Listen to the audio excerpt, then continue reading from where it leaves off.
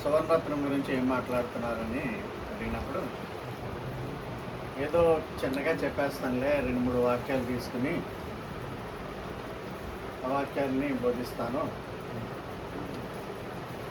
అని చెప్పారు. అయితే చిన్న సలహా ఇచ్చింది. సుషానుకు తన పేరు మీద చెప్పారు, అదేవిధంగా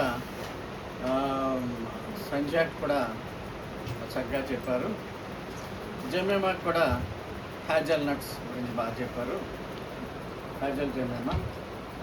మరి సువర్ణరత్నం గురించి కూడా మీరు ఏదైనా మంచి వాక్యాన్ని చెప్పండి అన్నప్పుడు ఆలోచన చేయడం మొదలుపెట్టాను. నాకు బైబిల్ పరంగానే నేను చెప్పేటువంటి అలవాటు ఉన్నది కనుక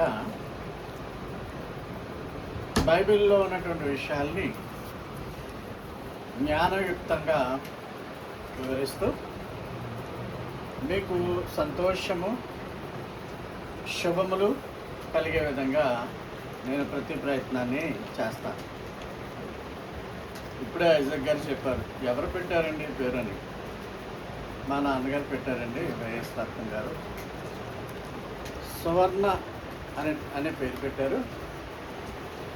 అయితే రత్నం అని మేము పేరు పెట్టుకున్నాము అన్నప్పుడు, సువర్ణం అంటే బంగారము,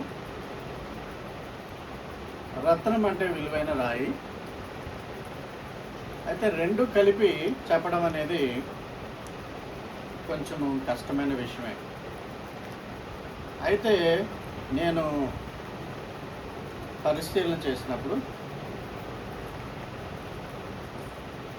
కొన్ని పాయింట్స్ నాకు దొరికాయి బైబిల్లో.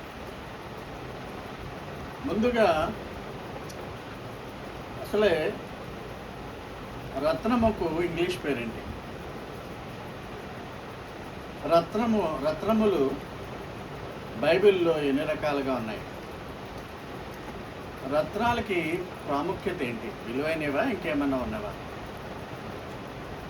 రత్నము అనే దానికి ఇంగ్లీష్ పేరు ఏంటి? జమ్స్, లేకుంటే జ్యువెల్ అని కూడా ఉంది. జమ్స్ అంటే తిని జమ్స్ కాదు, మన షెర్లిన్ తినే జమ్స్ కాదు, జమ్స్.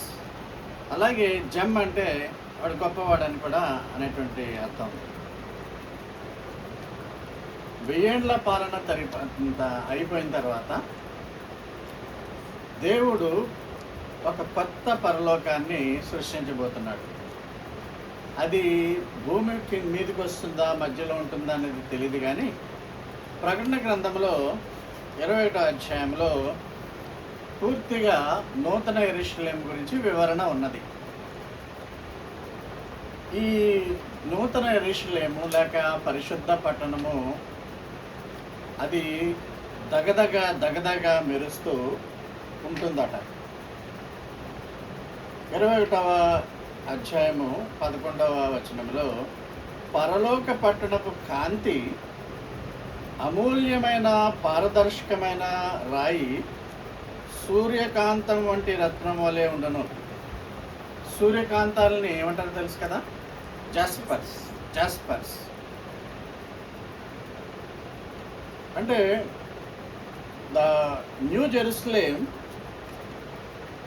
Is like a precious jewel and shines like jasper, ఎక్రియల్ క్రిస్టల్. అంటే పరలోక పట్టణమే గొప్ప వెలుగులతో ఒక సౌందర్యమైనటువంటి విధానములో అది కాంతిని వెదజల్లే విధముగా ఉన్నది. అంటే పరలోక పట్టణమే ముత్యములు వెదజల్లేటువంటి కాంతిలాగా గొప్పగా ఉంటుందని దాని అర్థం. ఇంకా ముందుకు పోతే పరలోక పట్టణము వాటి కొలతలు అన్నీ కూడా మీకు తెలుసు, మందం కూడా తెలుసు. పరలోక పట్టణము ఏ విధంగా ఉంటుందో మీకు న్యూ జెరూసలేంలో నేను వివరించడం జరిగింది. 21వ అధ్యాయము 1-7 వచనాల్లో దాని గురించి, 22 ప్రకటన గ్రంథం 1-5లో అవన్నీ కూడా మీకు ఉంటాయి. బొమ్మలో మీకు పొడుగు వెడల్పు అన్నీ కూడా ఒక క్యూబ్లా ఉంటుంది పరలోక పట్టణం. ఈ పరలోక పట్టణము పొడుగు వెడల్పు ఇవన్నీ కూడా ఇంచుమించు 1200 ఫర్లాంగులు ఉంటుంది. ఈ 1200 ఫర్లాంగుల్ని కిలోమీటర్లోకి మార్చినట్లయితే 1500 వరకు రావడం జరిగింది. 1500 కిలోమీటర్లు. Russian server. ఈ విధముగా పరలోక పట్టణంలో 12 గుమ్మాలు ఉంటాయి. 12 గుమ్మాలకు 12 గోత్రాలు, ఇశ్రాయేలీయుల గోత్రాలు పేర్లు పెడతాడు. పాత నిబంధన కాలపు ఇశ్రాయేలీయులు గోత్రాలు, అందులో 2 గోత్రాలను తీసేస్తాడు. ఆ గోత్రాలు ఎక్కువగా విగ్రహారాధనకి వెళ్ళిపోవడం వల్ల ఆ గోత్రాలను తప్పిస్తాడు. ఏంటో తెలుసు కదా మీకు, దాను ఎఫ్రాయిము. బాగానే గుర్తుంది. అయితే ఈ పరలోక పట్టణపు పునాదులు 12 ఉంటాయి. అపోస్తుల పేర్లు 12 పేర్లు కూడా ఇస్కరియోతు మినహా ఈ 12 పేర్లు కూడా ఆ పునాదులకు పెడతాడు. ఈ 12 పునాదులు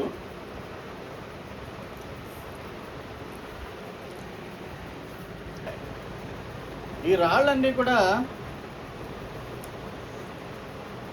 రత్నాలే. రత్నాలు ఎన్ని రకాలు ఉన్నాయి అని అంటే, ముఖ్యంగా 12 రకాల రత్నాలని బైబిల్లో మనం చూడొచ్చు. 12 రత్నాలు కాకుండా కొన్ని రత్నాలు ఉన్నాయి. ప్రస్తుతానికి 12 రత్నాలు పేర్లు మీకు ఈ యొక్క టేబుల్లో ఇవ్వడం జరిగింది. తెలుగులో ఒకలాగుంటాయి, ఇంగ్లీష్లో ఒకలాగుంటాయి. ఫర్ ఎగ్జాంపుల్, సూర్యకాంతపు రత్నాలని జాస్పర్స్ అంటారు. అలాగే నీలమ రత్నాన్ని సఫైర్ అంటారు. యమున రాయి దాన్ని చాల్సిడోనీ అంటారు. పచ్చ రాయి ఎమరాల్డ్ అంటారు. వైడూర్యము సార్డోనిక్స్ అంటారు. కెంపు సార్డియస్. సువర్ణ రత్నం అనేది కూడా ఒక రత్నంగా ఇచ్చాడు, అది క్రిసోలైట్. గోమేదుకం బెరిల్. పుష్పరాగం పేరు పెట్టుకుంటారు, పపాజ్. అదేవిధంగా సువర్ణ షమి తునియం, దాన్ని క్రిస్టో ప్రైస్ అంటారు. పద్మరాగము జస్సింత్, అంటే పద్మరాగము పుష్పరాగం పేరు పెట్టుకుంటారు. సువర్ణరత్నం పేరు కూడా ఇందులో ఉంది. సుగంధము అమెథిస్ట్. ఈ 12 అపోస్తలులకు ఇస్కరియోతు మినహా 12 అపోస్తలులకు ఒక్కొక్క రత్నం పేరు ఇచ్చాడు. అంటే ఈ రత్నము యొక్క ఈ రత్నాలన్నీ మొత్తము బైబిల్లో ఉన్నటువంటి రత్నాలు, ముఖ్యంగా 12 రత్నాలు కూడా 12 పునాదుల్లో పెట్టి 12 అపోస్తలుల పేర్లు పెట్టాడు, శిష్యుల పేర్లు పెడతాడు. అది త్వరలోనే ప్రభు మధ్యాకాశానికి వస్తాడు. 7 ఏండ్ల శ్రమల భూమి మీద, 7 ఏండ్ల బిందు విశ్వాసులకు పరలోకము, తర్వాత మళ్ళీ ఆయన భూమి మీదకి విశ్వాసులతో వస్తాడు. 1000 ఏండ్ల పాలన మొదలు పెడతాడు. 1000 ఏండ్ల పాలన తర్వాత సాతాను పూర్తిగా అంతమైపోతుంది. తదుపరి పరలోకము నుండి, పైనుండి కొత్త పరలోకాన్ని ప్రభు కిందకి దింపుతాడు. అందులో మనము, యేసు, దేవుడు కూడా స్థిరముగా ఎప్పుడు కూడా ఉంటాం. ఈ స్థిరమైనటువంటి పునాది, ఈ పునాది ఎందుకు, అపోస్తలుల పునాది ఎందుకు చేయబడింది అంటే, దైవికమైనటువంటి సౌందర్యము, పవిత్రత, అపారమైనటువంటి విలువ, స్వర్గపు మహిమను సూచించడానికి ఈ యొక్క విలువైన రాళ్ళు ఇవి ఈ విలువైన రాళ్ళు నిర్దేశిస్తాయి. అదేవిధంగా ప్రధాన యాజకుడు రొమ్ముకి అంటే చెస్ట్కి ఒక బ్రెస్ట్ ప్లేట్ ఉంటుంది. ఆ బ్రెస్ట్ ప్లేట్లో మూడేసి చెప్పిన 4 వరుసల్లో ఈ 12 రత్నాలు ఉంటాయి. ఈ రత్నాలు కూడా ఈ 12 పునాదుల్లో వేసిన రత్నాలలాగే అవి కూడా పేర్లు కలిగి ఉన్నాయి. అంటే ఈ 12 రత్నాలు బ్రెస్ట్ ప్లేట్ మీద ఉంటాయంటే ఆయన యొక్క ఈ 12 గోత్రాలు, ఈ 12 గోత్రాలుకి ఎంత విలువ ఇచ్చాడు దేవుడు.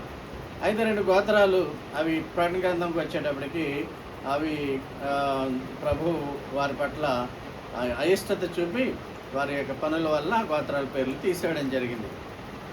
అంటే ఇక్కడే నేను ఏం గమనించానంటే ఈ పవిత్రత, అందము, అదే విధముగా ఒక రకమైనటువంటి స్ట్రెంగ్త్, బలము, ఇవన్నీ కూడా మనము ప్రభువులో చూస్తాం. ఈ పునాది రాళ్ళుగా రత్నాలను మనము చూసి ఉన్నాం. యాజకుని రొమ్ము పలక మీద కూడా ఇవి ఉండడం జరిగింది. సో ఇవన్నీ కూడా న్యూ జెరూసలేం గురించి, ప్రధాన యాజకుడి యొక్క బ్రెస్ట్ ప్లేట్ గురించి, ఆ రొమ్ము పలక గురించి చెప్పడం జరిగింది. ఈ పునాది, న్యూ జెరూసలేం యొక్క పునాది అపోస్తుల పునాది. అపోస్తుల బోధే యేసుప్రభు క్రైస్తవులను పాటించమని చెప్పాడు. యేసుప్రభువు అపోస్తుల బోధ ఎందును, సహవాసమందును, ప్రార్థన చేయటం ఎందును, రొట్టె విరిచడం ఎందును ఎడతెగక ఉండిరి అనేటువంటి సిద్ధాంతాన్ని మనము అపోస్తుల కార్యములు 2వ అధ్యాయము 41-42లో మనం చూస్తాం. అంటే ప్రతి క్రైస్తవుడు కూడా అపోస్తులిక బోధలో ఉండాలి. ఎందుకంటే అపోస్తులిక బోధ మీద ఉండడం వల్లే 12 పునాదులుగా వాళ్ళ పేర్లని హెచ్చించాడు. అంటే చర్చ్ యొక్క పునాది కొత్త నిబంధన బట్టి మాత్రమే ఉంటుంది. చర్చ్ పాత నిబంధన గ్రంథంలో ఉండదు కదా. టెంపుల్స్, సినగోగులు అంటారు. అంటే పాత నిబంధన ప్రకారము మనం ఏది కూడా చేయవలసినటువంటి అవసరం లేదు. అపోస్తులిక బోధనే అనుసరించాలి. ఆ విధంగా దేవుడు ఈ అపోస్తులకు అంత ఘనత ఇచ్చాడు. ఆ 12వది యోధాది తీసేసి అది పౌలు గారు ఉండొచ్చు, లేకుంటే చివరి అపోస్తులుడైనటువంటి అతని పేరేం పేరు,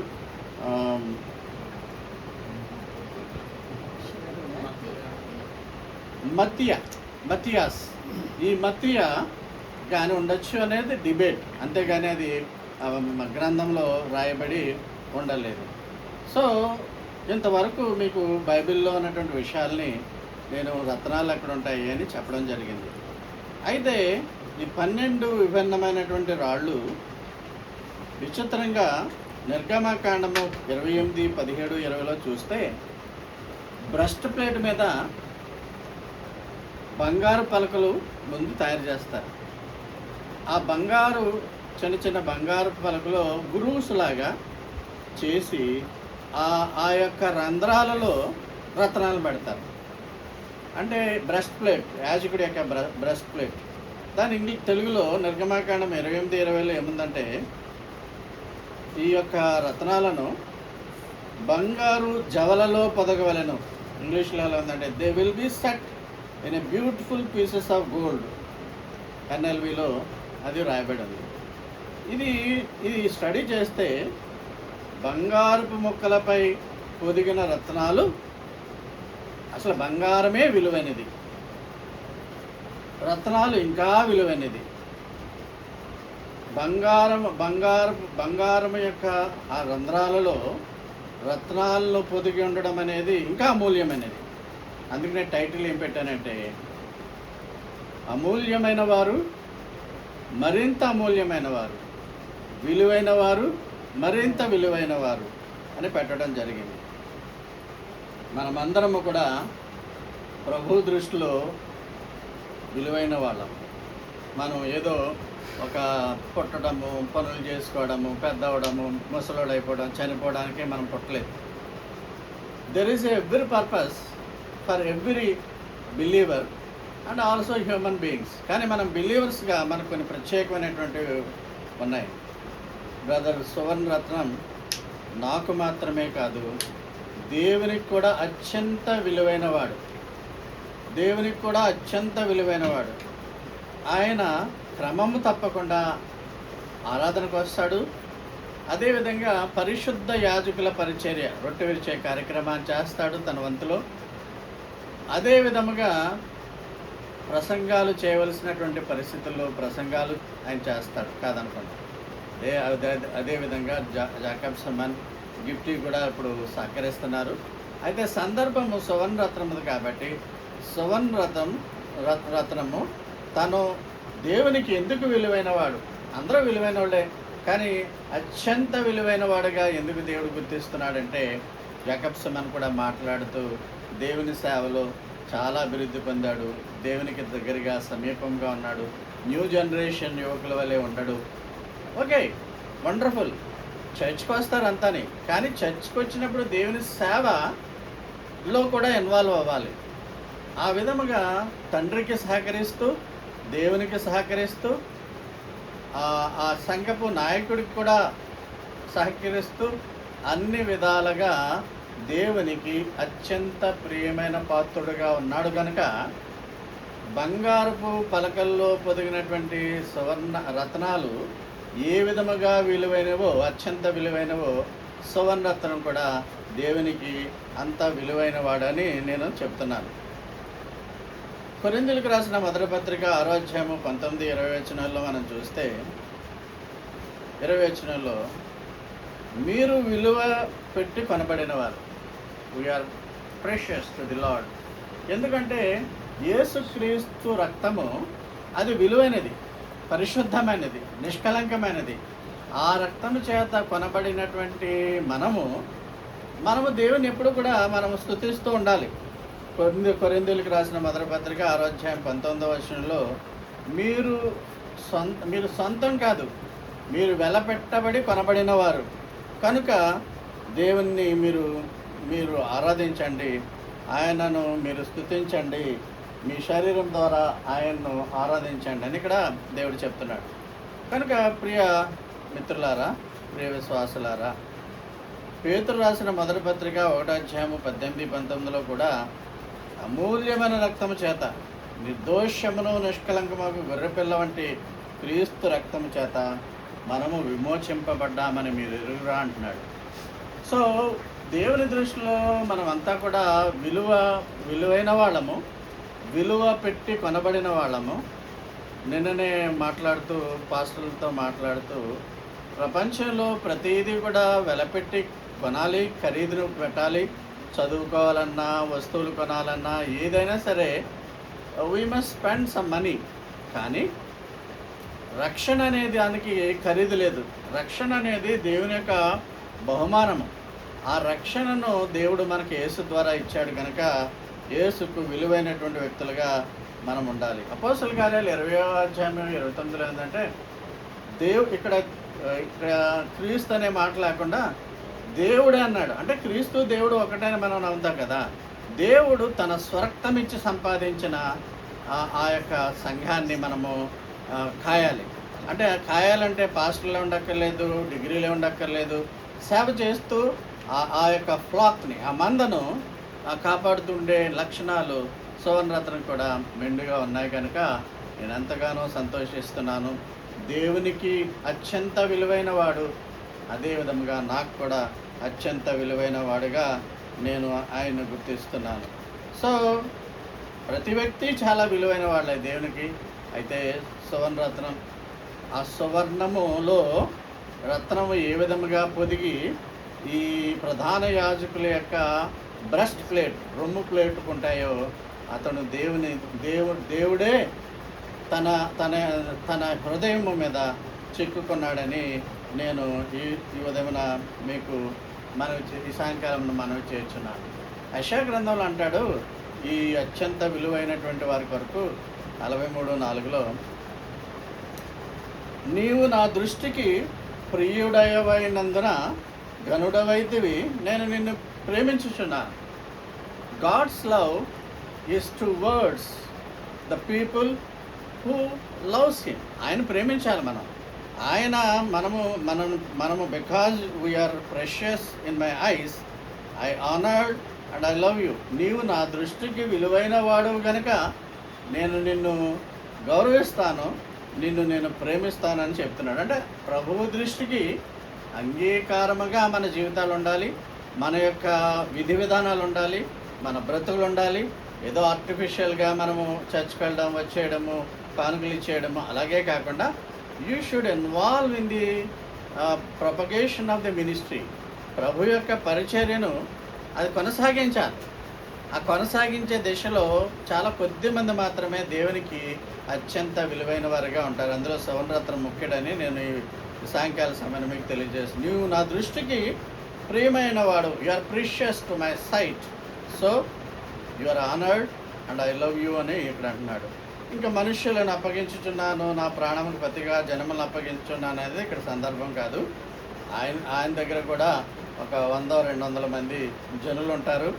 వాళ్ళ విద్యాబుద్ధులు నేర్పించేటువంటి విధానంలో సువర్ణరత్నం ఉంటాడు. కీర్తనకారుడు 139:13-14 చూస్తే మనము నిర్మించిన విధానము, దేవుడు తల్లి గర్భమునే మనల్ని నియమించాడు కదా, ఆయన మనం ఆ విధానాన్ని కలుగు చేసిన విధానాన్ని చూస్తే మనకు భయము, ఆశ్చర్యకరం వస్తుంది.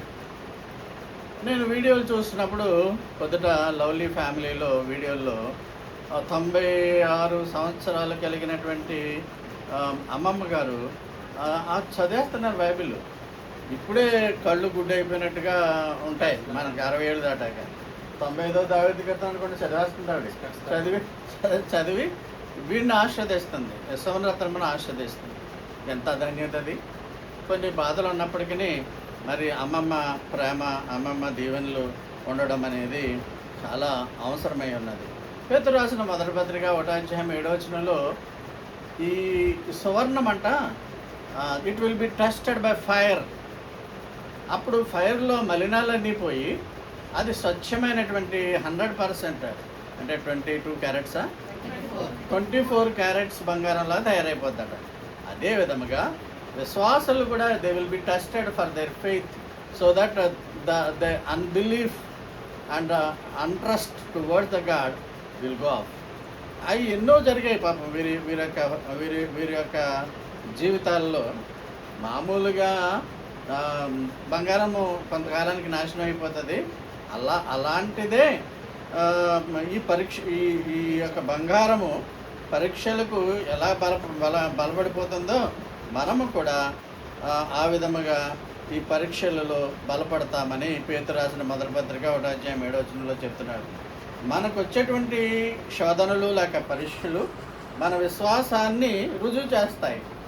అది అగ్ని పరీక్షలాగా పరీక్షింపబడి బంగారాన్ని శుద్ధి చేస్తుంది. బంగారాన్ని శుద్ధి చేయాలంటే, ప్రాసెస్ చేయాలంటే కాల్చాలి బాగా. అయితే మీ విశ్వాసము కేవలం బంగారము కంటే విలువైనది కాబట్టి మీ విశ్వాసము అనేక పరీక్షల ద్వారా బలంగా ఉన్నప్పుడు యేసుక్రీస్తు ప్రపంచమంతటికీ ప్రత్యక్షమయ్యే రోజు వస్తుంది. ఆ రోజు మీరు గొప్ప ప్రశంసలను, మహిమ మరియు గౌరవాన్ని మీరు పొందుతారు. కాబట్టి క్రైస్తవులకు వచ్చే శోధనలు, బాధలు, ఇబ్బందులు అవి ఉన్నప్పటికీ దేవుడు వాటి నుంచి మనల్ని బయటికి తీసుకొస్తాడు. అంతేకాకుండా పరీక్షల్లో మన విశ్వాసము గట్టిపడుతుంది. మరి ఈ శోధనలు ఏ విధంగా వచ్చినాయో అన్నీ మనకు తెలుసు. సహోదరి మరి నల్ని 2019లో మరి ప్రభు చెంతకి చేరడం, తదుపరి 21లో ప్రభు దగ్గర చేరడం ఒక 4 ఏళ్ళు అయిపోయింది. ఈ 4 సంవత్సరాల్లో తల్లి ప్రేమను వాళ్ళు కోల్పోయారు. It is a loss to them. Isaac గారికి బర్డెన్ ఎక్కువైపోయింది. పిల్లల్ని జాగ్రత్తగా చూసుకోవాలి, వాళ్ళని ఎక్కువగా బాధ పెట్టకూడదు, వాళ్ళని కంట్రోల్ చేయడానికి కూడా కష్టమైపోతుంది. ఎందుకంటే ఎమోషన్స్ ఈ ఫ్యామిలీలో మీరు కాస్త ఓపికతో మీరు మాట్లాడాలి. ఎందుకంటే ఎమోషన్స్ ఎక్కువ. బికాస్ ఆఫ్ దేర్ ట్రయల్స్, శ్రమలు బట్టి ఎమోషనల్ అయిపోతూ ఉంటారు. అల్లలి అయితే మరీ ఎమోషనల్ అయిపోతుంది. సో అది ఎమోషనల్ని మనము అర్థం చేసుకుని మనం కూల్గానే మాట్లాడాలి, కానీ వాదనలు వేసుకునే విధంగా ఎప్పుడు కూడా ఈ ముగ్గురితోనే మాట్లాడకూడదు. కాబట్టి ఈ శోధనలన్నీ కూడా వారిని బలపరిచాయి ప్రభువులో. మరి మనకి కూడా మనము కొరింథీయులకు రాసిన ఆ, మొదటి పత్రికలో 5వ అధ్యాయంలో విశ్వాసులకు ఆయన ఏం చెప్తున్నాడంటే, ఇక్కడ కూడా విశ్వాసులు 2 రకాలైనటువంటి విధముగా వారు ఈ లోకంలో జీవిస్తారు. కొంతమంది విశ్వాసులు బంగారము, వెండి, వెలగల రాళ్లతో వాళ్ళ యొక్క జీవితము నిర్మితమవుతుంది. కొంతమంది గడ్డి, కొయ్య, కర్ర, కాలు, అంటే కొయ్య అంటే కట్టెలు అనమాట. ఈ విధముగా వీరు ఇరువురు కూడా, ఇద్దరు విశ్వాసులు కూడా వాళ్ళ జీవితం సరిగ్గా లేకపోయినప్పటికీ పరలోకంలోకి వెళ్తారు. అయితే బంగారము, వెండి, వెలగల రాళ్ళు అంటే మళ్ళీ రత్నాలు, జ్యువెల్స్, అది ఇంగ్లీష్లోనే ఉంటుంది, జ్యువెల్స్. సో బంగారము, వెండి, రత్నాలుతో తయారైనటువంటి వ్యక్తులు ఉంటారు. కలప, గడ్డి వంటి వివిధ రకాల వస్తువులు వలె వాళ్ళు వాళ్ళ జీవితాలని తయారు చేసుకుంటారు. అంటే రత్నము వలె జీవితం ఉండాలి. అంటే మనం సువర్ణ రత్నం చూడాలి. అతను ఎంత కష్టపడుతున్నాడు, ఏ విధంగా డివోషనల్గా ఉంటున్నాడు, బయట స్పెండ్ చేసే టైం ఏమైనా ఉందా, జీరో. బయట స్నేహితులతో ఏమైనా ఫ్రెండ్షిప్లో ఉంటాడా, జీరో. ఇంకా ఇతర వ్యావహారికమైనటువంటి విషయాల్లో ఆనందం పొందుతాడా, జీరో. అంత విలువైన వ్యక్తి. నేను ఒకసారి మీకు 24 పెద్దల్లో కూడా మన చర్చ్ నుంచి ఒకడు ఉండొచ్చు. ఆ పరలోకంలో నూతన యెరూషలేములో 24 పెద్దల్లో ప్రపంచవ్యాప్తంగా పోటీ ఉంది. అందులో మన సంఘం వారు కూడా ఉండవచ్చును ఎవరైనా. బట్ నాణ్యమైనటువంటి విశ్వాసుల వలె ఉండాలి అని ఒక విషయాన్ని చెప్పాను ఇప్పుడు లాంగ్ బ్యాక్. సో మన సువర్ణ రత్నం కూడా he is one of the competitors for the 24 elders in the heaven. కాబట్టి తన యొక్క జీవితం బట్టి నేను ఎంతగానో సంతోషిస్తున్నాను. ఈ విధముగా బంగారము, వెండి, వెలగల రాళ్ళతో నిర్మించుకున్నట్లయితే వాళ్ళని బహుమతులు ఇస్తాడు ప్రభు. ఒకవేళ విశ్వాసులు సరైన జీవితంలో లేకపోయినట్లయితే వారికి బహుమతులు రావు అనేటువంటి విషయాన్ని మీకు తెలుసు. ఇది మళ్ళా ఆదివారం నాడు క్రీస్తు న్యాయపీఠము అనేటువంటి టాపిక్ వస్తుంది. ధవళ సింహాసనం, ధవళ సింహాసనం అనే టాపిక్ వస్తుంది. ఏం చిత్తమైతే అని మీకు వివరణ ఇస్తాను. ఈ రీతిగా ప్రజెంట్స్ ఇప్పుడు మనం ఒలింపిక్స్లో ఫస్ట్ వచ్చిన వాడిని కొంచెం ఎత్తున నిలబెడతారు, సెకండ్ కొంచెం చిన్నగా ఉంటుంది, థర్డ్ వచ్చిన వాడిని వాటిని silver medal, bronze medal, gold మెడల్గా ఆ 3 ఎత్తుల మీద, ఎత్తు పలకల మీద వాళ్ళు పెడతారు. వాటిని ఏమంటారంటే బెమా సీట్స్. అంటే క్రీస్తు న్యాయపీఠం ఎదుట విశ్వాసులు నిలబడ్డం ఎందుకంటే బెమా సీట్స్ అంటే ప్రైజులు పొందడానికి, శిక్షింపబడడానికి కాదు. సో మనము we can expect many more gifts in the judgement. మీ అందరికీ వస్తాయి, సువర్ణరత్నకు కొంచెం ఎక్కువగా వస్తాయి. ఎందుకంటే మరి తన జీవితంలో కొంత నష్టము కలిగినప్పటికీ ప్రభు యొక్క ప్రేమ ఆయన మీద ఉన్నది. అందువలన దేవుడు దీర్ఘాయువుని ఇస్తాడు. శోధనలన్నీ పోవాలి. ఒక్కొక్కసారి నాకు కొంచెం బాధ అనిపిస్తూ ఉంటుంది ఇద్దరు బిడ్డలు చూసి.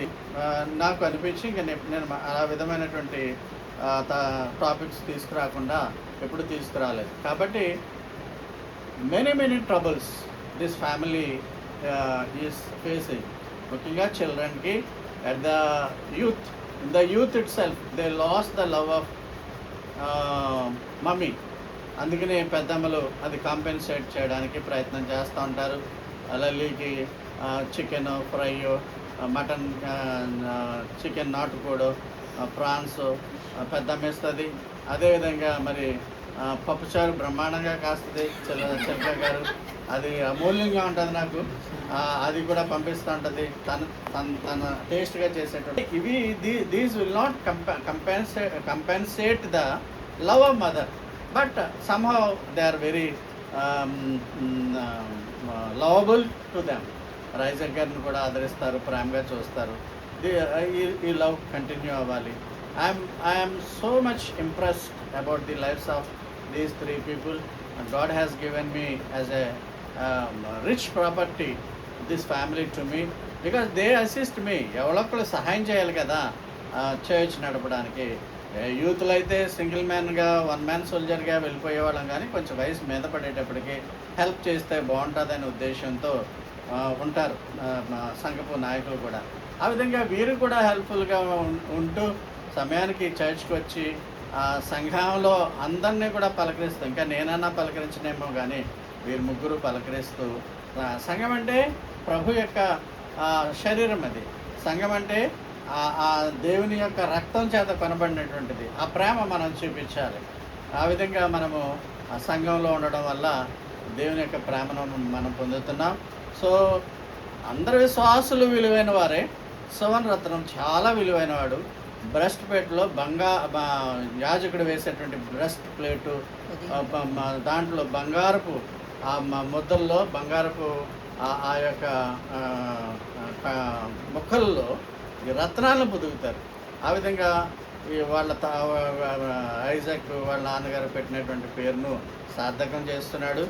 సువర్ణ రత్నం, ఈ రెండు కూడా ఎక్కడ దొరికాయంటే బైబిల్లో నిర్గమకాండంలో బ్రెస్ట్ ప్లేట్స్ వివరణలో అవి ఇచ్చాడు. కాబట్టి అమూల్యమైనటువంటి రత్నమే కాదు, అమూల్యమైనటువంటి జాస్పరే కాదు, అమూల్యమైనటువంటి జ్యువెలే కాదు, దేవునికి అత్యంత ఇష్టడుగా తన జీవితాన్నంతా కూడా గడపాలి. ఇంకా దేవునికి ఇష్టకరమైన సేవకుడిగా, దేవుడు ఇష్టపడే విధంగా మన సువర్ణ రత్నం ఇంకా తీర్చిదిద్దబడాలని, దీర్ఘాయువుతో దేవుడు నింపబడాలి.